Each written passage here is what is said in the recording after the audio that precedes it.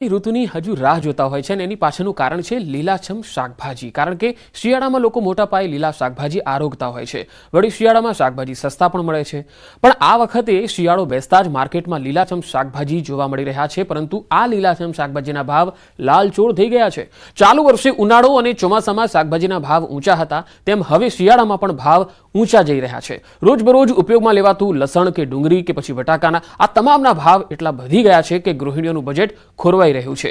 Retail માર્કેટમાં બટાકા 40 રૂપિયા કિલો, તો ડુંગળી 60 થી 65 કિલો અને ગવાર 100 રૂપિયા, તુવેર 100, વટાણા 100 રૂપિયા, તો રીંગણા 80 રૂપિયા, ગાજર 60 રૂપિયા પ્રતિ કિલોએ વેચાઈ રહ્યા છે. અત્યારે લગ્નની સિઝન હોવાથી શાકભાજીની માંગ પણ વધુ છે. જો શિયાળામાં શાકભાજીની આવક વધશે તો ભાવ ઘટશે એવું કહી શકાય. गवार, भिंडा, टिंडोला, परवल, कारेला 100 रुपये किलो, गोभी फुलावर 80 रुपये किलो, वालोर मरची वालोर 80 रुपये किलो, चौड़ी 100 रुपये किलो, तुवेर वटाणा 100 रुपये किलो, गाजर 50-60, काकड़ी 50-60. જોઈએ સીઝન માલ વધારે વધી જાય તો ભાવ ઘટી જશે, માલ નહીં વધે તો ભાવ વધી જશે. એમાં લગ્ન સિઝનના હિસાબે જ બધો માલ અત્યારે મોંઘો બતાવે છે. લસણ છે, લીલું લસણ છે 400 રૂપિયા કિલો.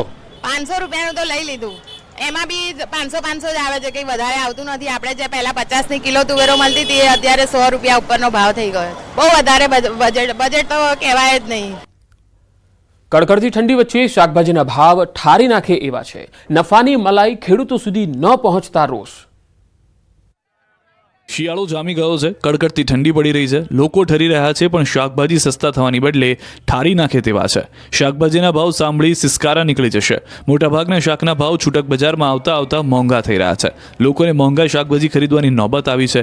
જોકે આ ભાવ વધારાની મલાઈ લાચાર ખેડૂતોને નથી મળી રહી. ખેડૂતો પાસેથી સસ્તા શાકભાજી ખરીદી દલાલો, હોલસેલ બજારના વેપારીઓ લોકોને લૂંટી પોતે માલામાલ થઈ રહ્યા છે. મહેસાણામાં શાકભાજી પકવતા ખેડૂતોને પૂરતા ભાવ મળી રહ્યા નથી. ખેડૂતોને પૂરતા ભાવ ન મળતા ખેડૂતો હેરાન પરેશાન થઈ રહ્યા છે. બીજી તરફ ગ્રાહકોને મોંઘા ભાવે બજારમાં શાકભાજી વેચવામાં આવે છે, પરંતુ બજારમાં જે ભાવે શાકભાજી વેચાય છે તેના અડધા ભાવ પણ ખેડૂતોને મળતા નથી, જેથી ખેડૂતોએ વ્યથા ઠલવી છે. મહેસાણા એપીએમસીમાં ખેડૂતોને પ્રતિ કિલોના રીંગણના રૂપિયા 8 થી 10, કોબીના 20 થી 25, મરચાના 20 થી 25 જેટલા ભાવ મળી રહ્યા છે. પરંતુ આ જ ભાવ શાકભાજી છૂટક બજારમાં પહોંચે ત્યારે ડબલ થઈ જાય છે. ત્યારે ખેડૂતોએ યોગ્ય ભાવ આપવાની માંગ કરી છે. જૂનાગઢ સગીર વયની દીકરી સાથે છેડતી થઈ ભર બજારે છેડતી કરનાર એક રોમિયો ઝડપાયો છે. સગીર વયની દીકરી સાથે શારીરિક અડપલા કર્યા. છેડતી કરનાર આરોપીની પોલીસ પકડ કરી લીધી છે. પોલીસે આરોપી સામે ગુનો નોંધી અને તપાસ હાથ ધરી છે. તો આખરે આ રોમિયો પકડાઈ ગયો છે. આરોપીએ બજારમાં જ સગીરા સાથે અડપલા કરવાની કોશિશ કરી હતી. અડપલા કરનાર આખરે આ વ્યક્તિને પોલીસે દબોચી લીધો છે.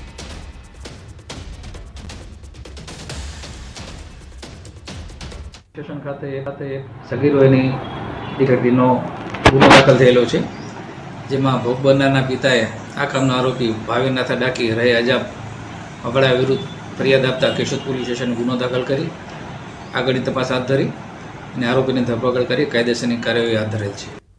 મધ્યપ્રદેશના અમરકંટકથી માં નર્મદાની 3500 કિલોમીટર લાંબી પરિક્રમાનો પ્રારંભ કારતક સુદ એકાદશીથી થાય છે, જેથી નર્મદા કિનારે પરિક્રમાવાસીની ભીડ જોવા મળે છે. આ પરિક્રમા અમરકંટકથી ગુજરાતના ખાતને પાર કરી પુનઃ અમરકંટક જઈ ઓમકારેશ્વર મહાદેવ નર્મદા જળ ચઢાવી 3 થી 4 મહિના સુધી ચાલનારી મોટી નર્મદા પરિક્રમા છે. મધ્યપ્રદેશમાં આશ્રમ ધરાવતા દાદા ગુરુ મહારાજ તેમના ભક્તો સાથે માં નર્મદાની પરિક્રમા કરવા નીકળ્યા છે, જેમણે ગુજરાતમાં ગરુડેશ્વર તાલુકાના જરવાણી ગામે રાત્રિ રોકાણ કર્યું અને સવારે ત્યાંથી આગળ પરિક્રમા માર્ગ પર પગપાળા ચાલતા નીકળ્યા. દાદા ગુરુ મહારાજ એક અનોખા સાધુ છે, જેમણે નર્મદા નદીના જળ પર જીવન જીવવાનું નક્કી કર્યું છે. તેઓ છેલ્લા કેટલાક વર્ષોથી માત્ર નર્મદાનું જળ પીને જીવી રહ્યા છે. नर्मदा मैया का परिक्रमा जहाँ ये दुनिया का एक ऐसा पथ है जहाँ चलना साधना कहलाती है. चले तो साधना है, बैठे तो उपासना है. और नर्मदा मैया की परिक्रमा एक बेहतर जीवन और सुरक्षित जीवन की परिकल्पना को साकार करने के लिए, और ये नर्मदा मैया की परिक्रमा एक ऐसी साधना है जो समाज की एकता अखंडता का सूत्रपात करती है. પાટણના વારાહીમાં કોમી એકતાનું ઉત્તમ ઉદાહરણ સામે આવ્યું. મુસ્લિમ ભાઈએ હિન્દુ બહેનનું મામેરું ભર્યું. અલકાબેન વ્યાસ, જેમને મોહમ્મદ ખાન મલિકને ધર્મના ભાઈ બનાવેલા, ત્યારે મુસ્લિમ મલિક પરિવાર દ્વારા હિન્દુ વ્યાસ પરિવારના ત્યાં વાજતે ગાજતે મામેરું લઈ જવામાં આવ્યું. મામેરામાં સોનાનો હાર, કાનની બુટ્ટી, વીંટી, ચેન સહિત રોકડ રકમ મળી કુલ 12 લાખનું મામેરું ભરવામાં આવ્યું. તો વારાહીમાં આ અદ્ભુત ઉદાહરણ હિન્દુ અને મુસ્લિમ એકતાનું જોવા મળ્યું. હિન્દુ બહેનનું મુસ્લિમ ભાઈએ મામેરું ભર્યું. અમદાવાદની ઘાટલોડિયાની લાઇબ્રેરીમાં પંખો પડતા વિદ્યાર્થી ગંભીર રીતે ઇજાગ્રસ્ત થયો. પ્રિયાંશુ કુશવાહ નામના વિદ્યાર્થીને માથામાં 8 ટાંકા લેવા પડ્યા. દુર્ઘટનામાં ઇજાગ્રસ્ત વિદ્યાર્થીને સોલા સિવિલ હોસ્પિટલ ખસેડાયો. ન્યૂઝ 18 સાથેની વાતચીતમાં વિદ્યાર્થીઓએ ગંભીર આરોપ લગાવ્યા. વિદ્યાર્થીઓએ કહ્યું કે લાઇબ્રેરીનું મેન્ટેનન્સ વારંવાર રજૂઆત છતાં નથી કરાતું. વાંચન માટે બેસવા માટેની ખુરશીઓ પણ તૂટેલી છે.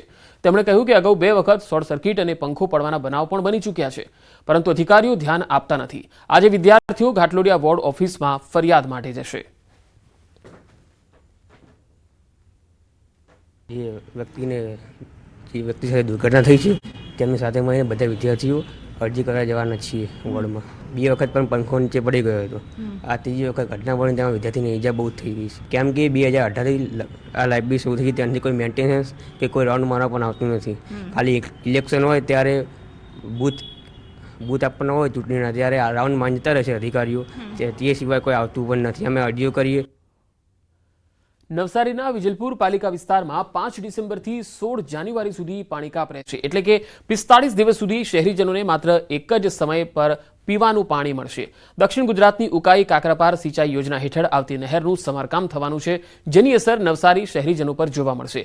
સાથે જ ગણદેવી અને સુપા વિસ્તારના ખેડૂતોને 45 દિવસ સુધી સિંચાઈ માટેનું પાણી કાપ રહેશે. ચીખલી અને વલસાડ વિસ્તારની ઉકાઈ કાકરાપાર સિંચાઈ યોજના હેઠળ આવતી નહેરમાં 11 ડિસેમ્બરથી લઈ 3 ફેબ્રુઆરી સુધી પાણી કાપ રહેશે. તો વિજલપુર પાલિકા વિસ્તારમાં આ પાણી કાપ રહેશે. 5 ડિસેમ્બરથી 16 જાન્યુઆરી સુધીનો આ પાણી કાપ અને બીજા કેટલાક વિસ્તારોમાં ફેબ્રુઆરી સુધીનો આ પાણી કાપ રહેશે. એટલે કે શહેરીજનોને એક જ સમયે પીવાનું પાણી આપવામાં આવશે. ઉકાઈ કાકરાપાર નહેરના સમારકામના કારણે આ નિર્ણય કરવામાં આવ્યો છે.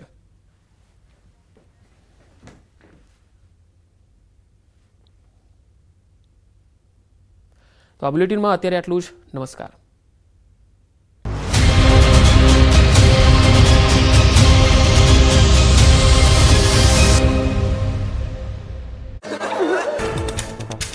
વડોદરા શહેરમાં ટ્રાફિક જવાનને કચડવાનો પ્રયાસ. સીસીટીવીમાં કેદ. સમા સર્કલ પાસે કાર રોકવાનો પ્રયાસ કરતા ચાલકે મારી ટક્કર.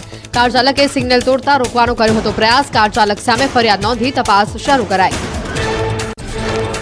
વલસાડના પારડીમાં એટીએમ મશીનની કેબિનમાં ઘૂસ્યો સાપ. બેંક ઓફ ઇન્ડિયાના એટીએમ કેબિનમાં સાપ ઘૂસતા લોકોમાં ફફડાટ. જીવદયા ગ્રુપના સભ્યોએ બિનઝેરી સાપનું કર્યું રેસ્ક્યુ. અમદાવાદના વસ્ત્રાપુરમાં તસ્કરોનું તરખાટ. સત્યમ બંગલોઝમાં વહેલી સવારે તસ્કરો ત્રાટક્યા. રોકડ ભરેલી બેગ ઉઠાવી તસ્કરો ફરાર થયા. સમગ્ર ઘટનાના સીસીટીવી સામે આવ્યા. બીઝર કૌભાંડ મામલે મોટો ખુલાસો. સીઆઈડી ક્રાઇમના વડા રાજકુમાર પાંડ્યનનું નિવેદન. 5 થી 6 ક્રિકેટરોએ સ્કીમમાં કર્યું છે રોકાણ. ક્રિકેટરોએ 2 કરોડથી વધુનું રોકાણ કર્યું છે. ક્રિકેટરોના રોકાણ પર તપાસ કરાશે.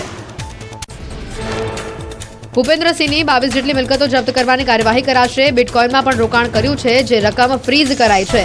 ભોગ બનનારને સામે આવવા પોલીસની અપીલ.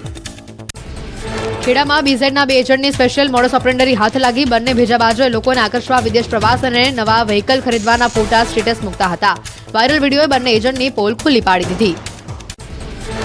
સાબરકાંઠામાં બીઝેડ કૌભાંડ મુદ્દે શિક્ષણ વિભાગ એક્શનમાં. પોન્ઝી સ્કીમ સાથે સંકળાયેલા શિક્ષકો સામે તવાઈ હાથ ધરાઈ. સ્કીમમાં શિક્ષકોના નામ સામે આવતા જ નિર્ણય. બીઝેડ સાથે સંકળાયેલા શિક્ષકોનો અહેવાલ તૈયાર કરવા આચાર્ય અને તાલુકા સ્તરે સૂચના. બીઝેડ ગ્રુપના કૌભાંડી ભૂપેન્દ્રસિંહ ઝાલાની મિલકત અંગે મોટો